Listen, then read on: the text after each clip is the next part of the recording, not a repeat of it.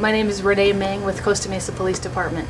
I think that as far as women go in law enforcement, I recommend going to all other departments in the area, sheriffs, marshals, and city police departments, putting your applications in and going from there. Choosing a department that you want is important, but I recommend getting your feet through the door with an agency that you like and you enjoy. The academy is an experience that's physical as well as mental. As a woman, you kind of have to have a lot of determination before you go in there, that you don't want to fail, and with that determination comes the physical part. Starting real early, before the academy starts, before you even test for police departments or sheriff's departments, is running, cardiovascular, and mainly upper body strength. Women don't have as strong upper bodies as men do, and so they need to concentrate on that area a lot more. Sit-ups, not necessarily, because we're lighter upper body, but men are heavier in their upper body. I think push-ups and pull-ups are the two main things you should concentrate on, and you should incorporate that in a weightlifting routine along with cardiovascular. So before you start getting ready to go, think about what you're going to do. Run 3 or 4 days a week, lift weights 2 or 3 times a week, and continually do the pull-ups and the push-ups. That's my most important part. As far as the mental aspect of the academy, you have to have the determination that this is what you want to do. And you have to be able to deal with a lot of stress. Not just passing written tests or being able to pass a 1-mile race, but being able to handle someone standing there in your face yelling at you, bottom line. Because they are training you when they're doing that for real life when you are an officer. Because you will have people who will be yelling at you out on your job. So mainly I think it's prepare your upper body and your mind together to prepare yourself the best. My name is Jennifer Weiss. I'm a police officer with the city of. I'm on their tactical team for robbery suppression and special enforcement detail. I've been a police officer for 8.5 years, and my suggestion to women who are considering law enforcement, I would recommend that you physically prepare yourself. Due to your body stature, you are usually smaller than men and you do not have the upper body strength. I would recommend that you prepare yourself mentally and physically by exercising on a daily basis, doing push-ups, sit-ups, cardiovascular, and as long as you can keep yourself mentally and physically in the right mindset, you have an upper edge as far as applying for a police officer. Hi, I'm Pam Peters. I'm a Reserve Deputy Sheriff with the Orange County Sheriff's Office. I'm currently assigned to the Search and Rescue Unit, and Jim has asked me to say a few words about the female in the department. And what I've discovered, being the only female in our unit for quite some time, is that you basically have to work like a man yet think like a woman, in the sense that you're going to be harassed, teased. Men have a lot more upper body strength than women do, and so we have to be prepared for that. If there's a fight that ensues for any reason, we have to be prepared to get involved in that fight, not just stand back and watch the guys do it, but any strength that you have, upper body, lower body, anything that you can do will help. Running, riding, climbing, and being in search and rescue, we do a lot of mountain climbing, things like that, so that helps a lot too. Other things you can do are take law enforcement classes, firearms classes, anything relating to the law enforcement field would be beneficial to you in the long run. And report writing classes, anything that that the police do would help a lot. Hi, my name is Nancy McAllister. I'm a custody officer with the City of Costa Mesa. For you females out there, if you're interested in getting into a career in law enforcement, my suggestions to you would possibly be to start in a civilian position, as far as custody officer or dispatcher, something similar to that. Custody officers also have physical requirements just as well as a sworn police officer. You need to do extra training, females, for building your upper body up, because when you get into the police academy, you're going to be measured equally towards the males. And it's very important that you do extra training to make sure that you can meet up to the standards of the male officers, because you will be treated the same and expected to perform the same.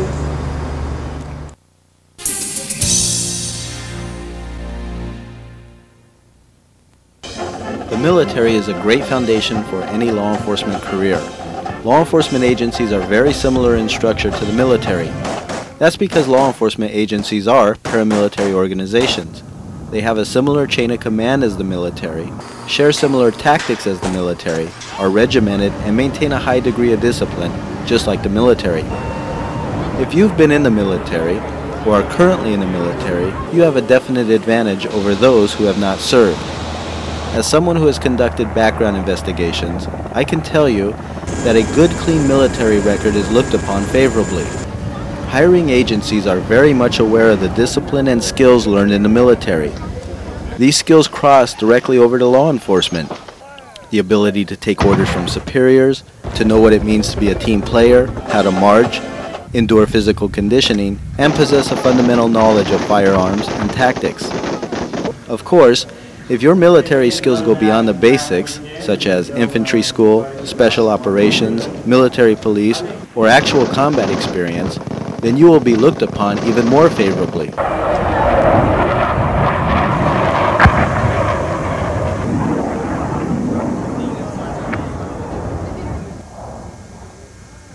Needless to say, you don't want to come across as a gung-ho warrior on your application or at the oral board.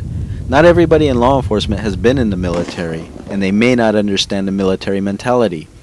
You want to come across as a professional with sellable skills.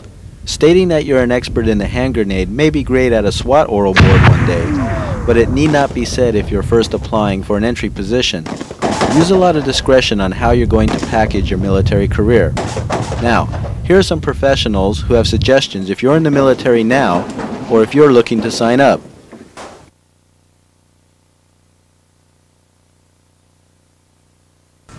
My name is Sergeant Andre Hahn. I'm with the United States Marine Corps, and I am personally interested in getting into a local PD office here down in Southern California.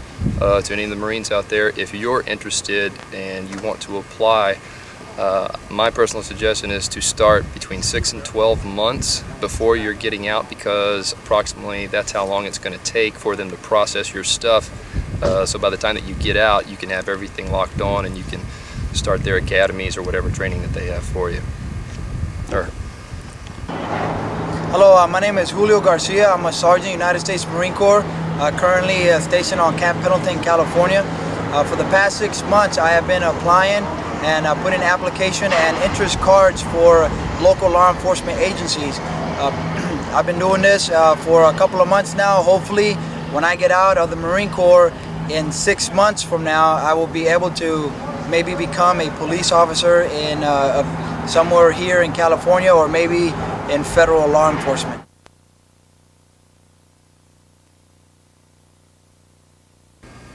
Okay, hi, my name is Ed Stoltz. I'm with Costa Mesa Army Recruiting, and I'd like to give you a little information as far as if you'd like to become a police officer, how to go about it by using the Army. The way you can do it, first of all, you would have to qualify with us. And in order to qualify, you would have to be 17 to 35, a U.S. citizen, have a GED, high school diploma, or 15 college credits. Now, also, you would have to have minimal law violations, obviously, because you would like to protect and uphold the law. And also, as far as medical conditions go, you couldn't have asthma or any hay fever or any seriously medical problems, but that's something we can talk about here. Now, as far as being able to get into the police force, the way it helps you is we have Criminal Investigating Division, which is undercover work. We also have the K-9 Corps. We have your regular traffic stop police. We have your admin. We have all kinds of special agents all throughout the Army. Now, how it helps you, it's like a lateral transfer. You're already trained, you're motivated, you're disciplined. The police force knows that they'll be able to use you. Now, while you're in, you would still be able to attend college, use our tuition assistance, whether it's full-time or part-time, with the active Army or reserves, and you'd still be able to go after your criminal justice degree. Now, upon your completion with the Army, what you can do is you'll get a minimum of $15,800 for the Montgomery GI Bill to also pursue your criminal justice degree or whatever other part of the legal aspect field that you want to go into. Good afternoon, I'm Lieutenant Bacala, Commander of the 440th Military Police Detachment, United States Army Reserves. I understand you'd like to start your career in law enforcement. However, when you graduate high school, you're not going to have many opportunities to start law enforcement. In the United States Army Military Police Corps, within 4 months of graduation, you will be a law enforcement officer. You'll be doing such things as traffic, canine, patrol, and special reaction team training. At the completion of your tour, you'll have the maturity which municipal law enforcement agencies desire. At the completion of my tour, I was hired by a local municipality. I was given this opportunity because of the maturity I gained as a member of the United States Army Military Police Corps. Hi, I'm Rob Dimmel from Costa Mesa Police Department. I want to take a moment to kind of share with you my career path and maybe let you know about a unique opportunity. I started off as a military policeman in the United States Army. I spent 6 years doing that. It does give you a lot of life experience, which is what a lot of agencies are looking for these days, as well as a balance with education. The military offers you an opportunity to travel, gives you an opportunity to mature, and in the military police you do get a lot of unique both enforcement and other opportunities. You can work in nuclear surety, working with nuclear weapons, so you can work patrol functions, investigative functions, and almost anything you find in normal police work. A lot of military police units are now doing bike patrols, community-oriented policing, and everything you see in the civilian population, so you get a good exposure to that, and it gives you an opportunity to maybe get some college out of the way while you're in the service and do some traveling. And then when you get out, if you choose to pursue a civilian law enforcement career, you're pretty well on the road. Good luck. My name is Mamie English. I'm a hospital corpsman in the Navy, and I'm attached with the Fleet Marine Force.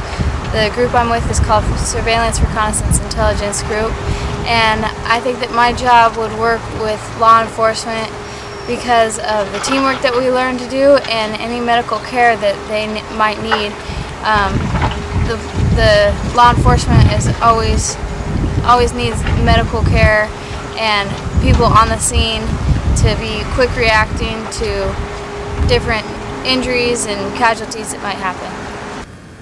My name is Staff Sergeant Eric Gentry. I'm with the 19th Special Forces Group based out of Camp Williams, Utah. I'm currently the MI Detachment Sergeant. MI stands for Military Intelligence.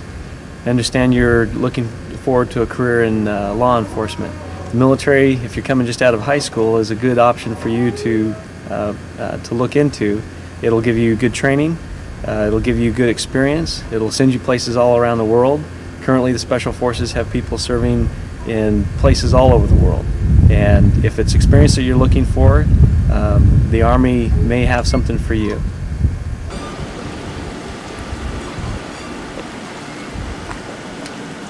Hi, my name is Dave Solorzano. I'm with the U.S. Coast Guard. The Coast Guard offers a unique opportunity for those wanting to get involved with law enforcement. Many people don't know this, but the United States Coast Guard is the nation's leading maritime law enforcement agency. In addition to enforcing federal safety requirements on vessels, we interdict aliens at sea, we combat illicit drug trafficking, and enforce environmental pollution laws. If you want to become a part of the Coast Guard, it'll present an awesome opportunity for you to learn skills valuable to you on the outside if you decide to get involved with another law enforcement agency. Many of the training you'll receive in the Coast Guard can be passed on to other officers in the field as well.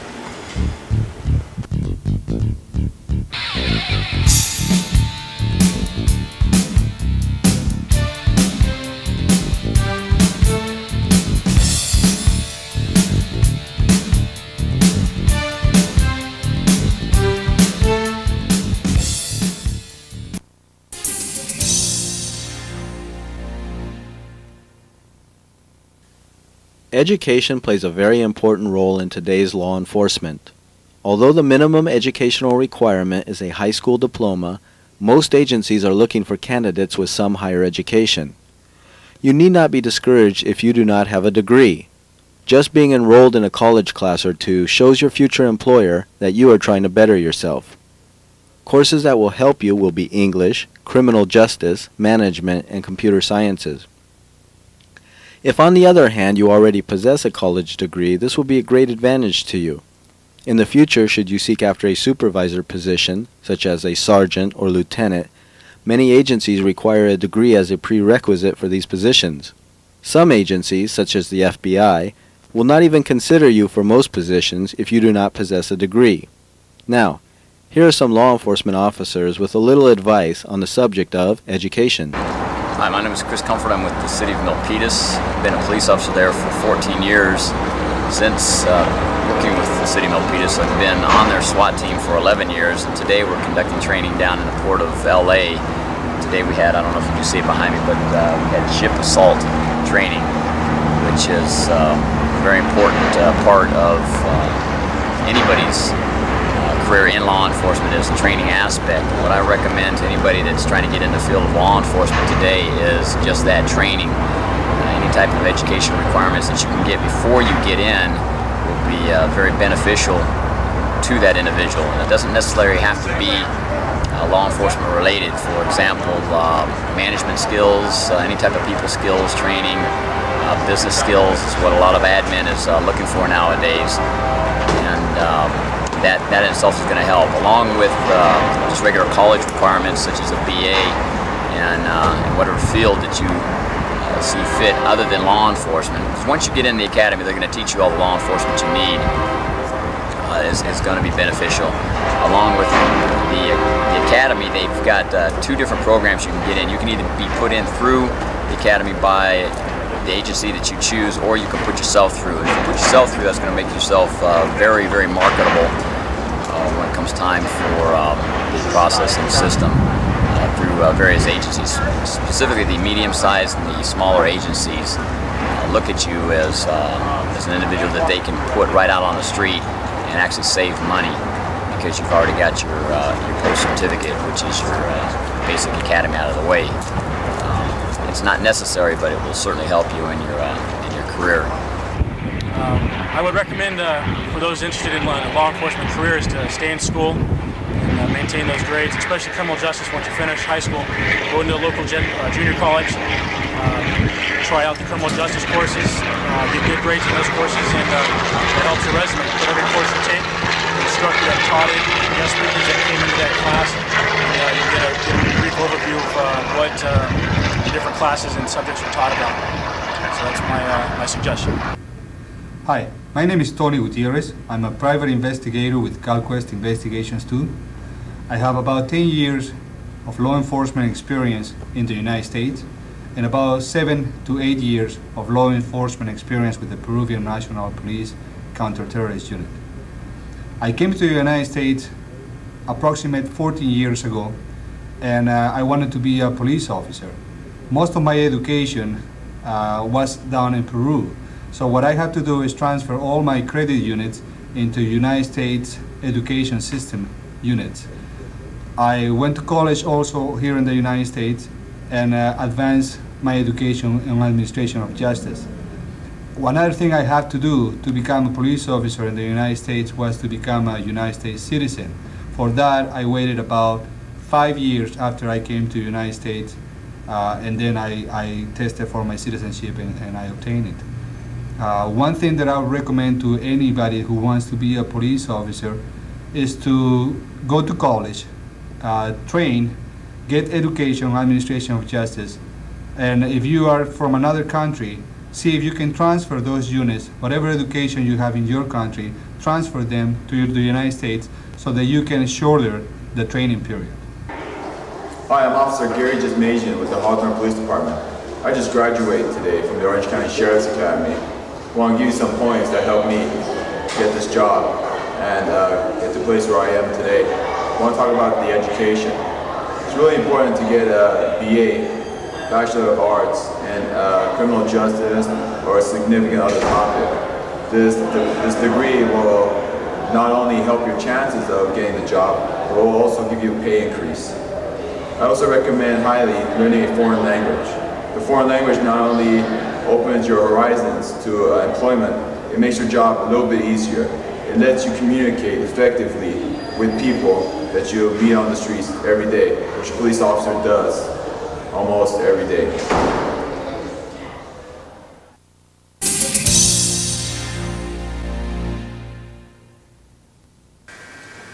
Hi, my name's Nikki Cornell, and my husband went through the academy a few years ago and has been a police officer since then. I was just going to share a little bit for you as a support system for the recruit, whether you're a mom and dad, girlfriend, boyfriend, fiance, or a wife, spouse. There's some things that I can share with you just to help you get through this academy experience. One of the things is that you're the most important element in helping your loved one get through this experience. They're going to need a lot of support.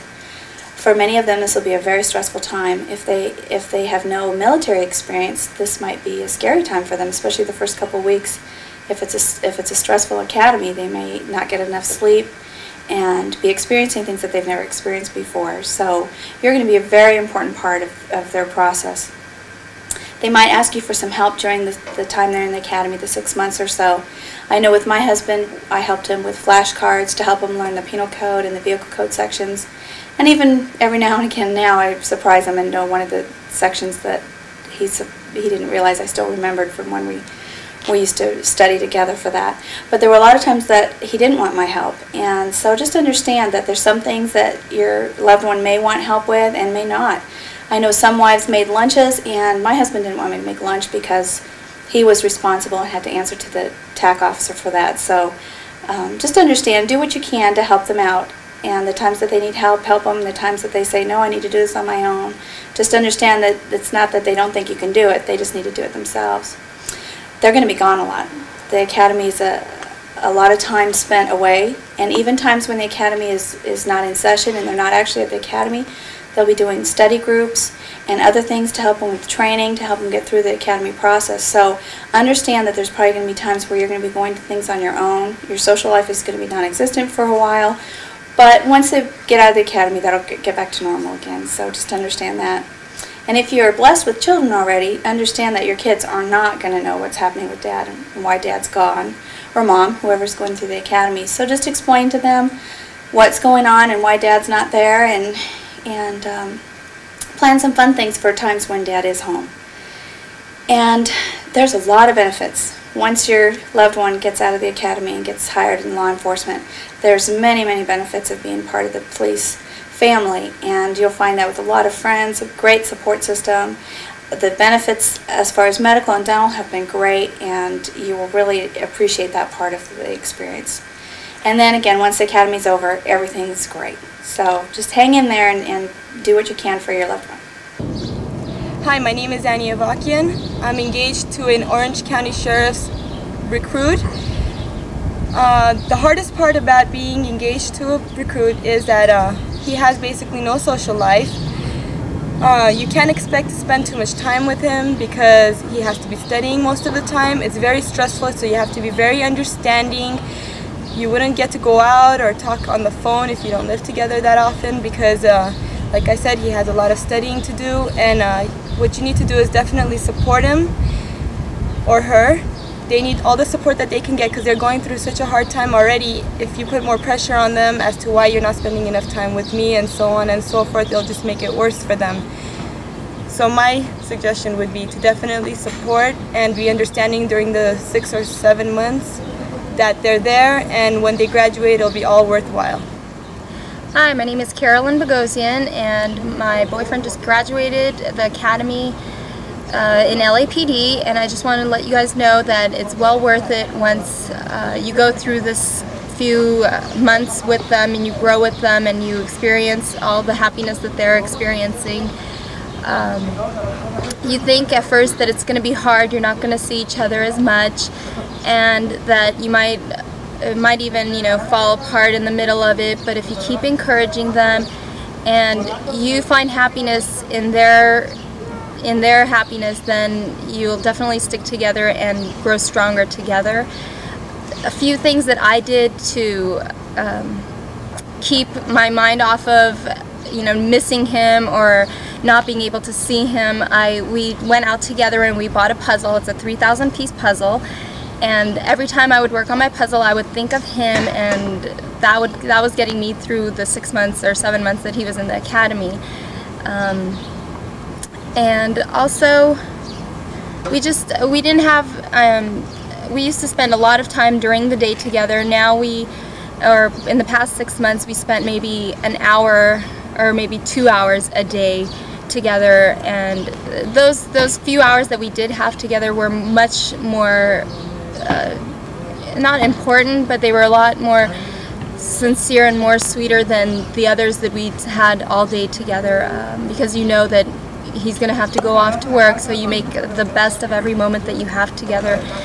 And ultimately, I just want to wish all of you the best. It's really worth it to go through this whole experience with them. They love it, and you need to love it as much as they love it because you love them. Thank you.